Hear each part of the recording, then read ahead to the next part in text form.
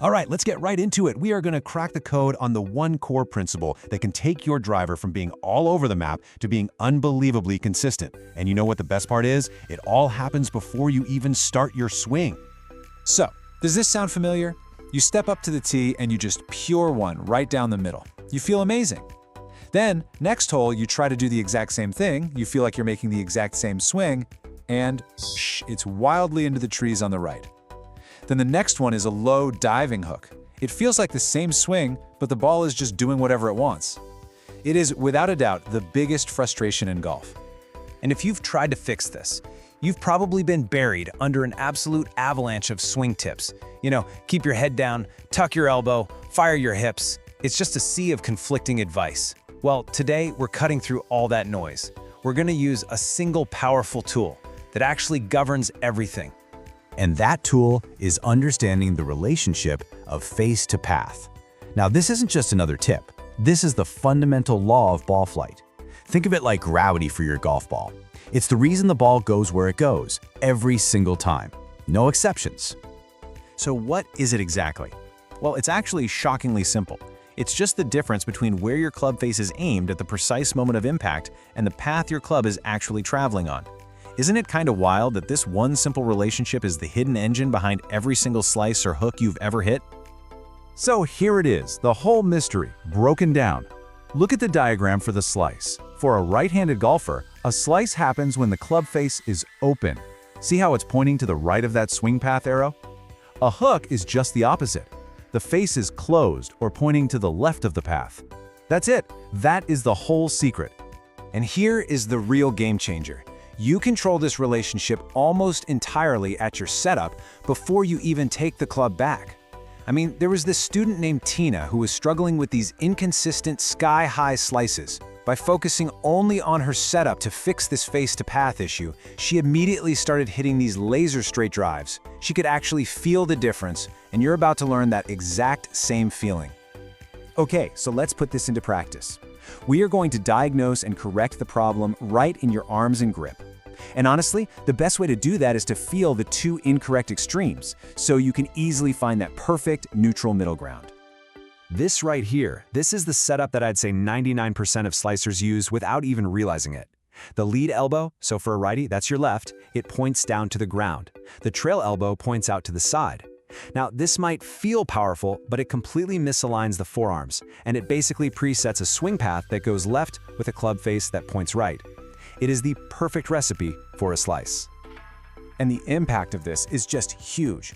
Get this, a test using this exact slicer setup found that the club face was open to the path by an average of 13.3 degrees. That is a massive error, all baked into your swing before the club even moves. No amount of in-swing magic can consistently fix a flaw that big. So how do we fix it? Simple. We're going to tune your setup just like an old analog radio. You know how you have to turn the dial way past the station into all that static, and then come back the other way to find that perfectly clear signal? We're going to do the exact same thing with our arms. We're going to feel the slice and feel the hook to lock in that neutral straight shot. So here's the drill.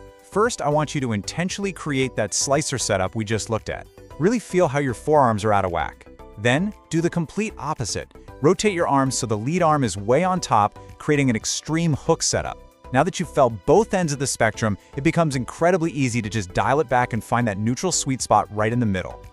And here it is. This is that perfect neutral sweet spot. In the correct position, your lead elbow points more out towards the target line and your trail elbow points more down towards the ground. Your palms are facing each other, and most importantly, your forearms are parallel and aligned with your target. This right here, this is the foundation for a neutral, straight ball flight. Okay, so our arms are now perfectly aligned. Awesome. But that's only half the equation. To make sure that perfect arm structure can actually do its job, we have to align the engine it's attached to, your body. Your body position is the other major factor that influences your swing path, so let's get it working with our new grip, not against it. Let's make this really simple. Imagine a dot in the center of your chest. That's your upper center, and another one on your belt buckle, your lower center. If your upper center lurches forward and gets ahead of your lower center during the downswing, you are in prime slice territory. To hit it straight or with a nice draw, your upper center has to stay behind your lower center through impact. So how do you actually feel this? The key for anyone fighting a slice is this one simple thought. Feel like your head stays behind the golf ball as you swing through impact.